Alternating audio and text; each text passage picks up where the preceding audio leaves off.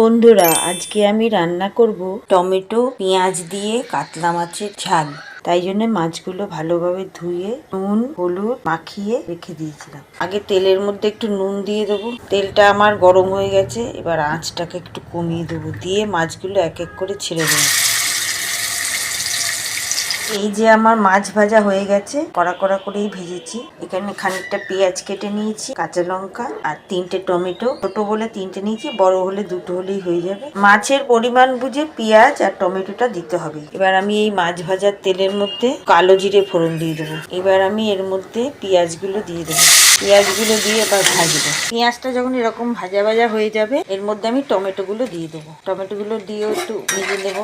এবার এর মধ্যে আমি নুন কাঁচা লঙ্কা হলুদ দিয়ে বেশ করে ভাজবো। চিনি দিয়ে বেশ ভালো করে ভাজবো, যাতে টমেটোগুলো গলে গলে আর পেঁয়াজের সঙ্গে একদম গায়ে গায়ে লেগে যায়। ঠিক এই রকম হবে। টমেটোগুলো গলে যাবে, পেঁয়াজগুলো এভাবে মাখা মাখা হবে। এই পর্যায়ে আমি এর মধ্যে একটুখানি অল্প পরিমাণেই জল দেবো, যাতে মাছগুলো সিদ্ধ হয়ে যায়। এবার এর মধ্যে একে একে আমি মাছের পিসগুলো দিয়ে দেবো। একটু জলটা আর একটু দিই, যাতে মাছগুলো ডুবে যায়। এই অবস্থায় আমি একটু ঢাকা দিয়ে মিনিট 10 রান্না করব। এই যে রেডি হয়ে গেছে আমার টমেটো পেঁয়াজ দিয়ে কাতলা মাছের ঝাল। এর স্বাদ অপূর্ব। বাড়িতে একবার সবাই করে খেয়ে দেখবে। ভীষণ তাড়াতাড়ি রান্না হয় আর খুব সুস্বাদু খেতে হয়।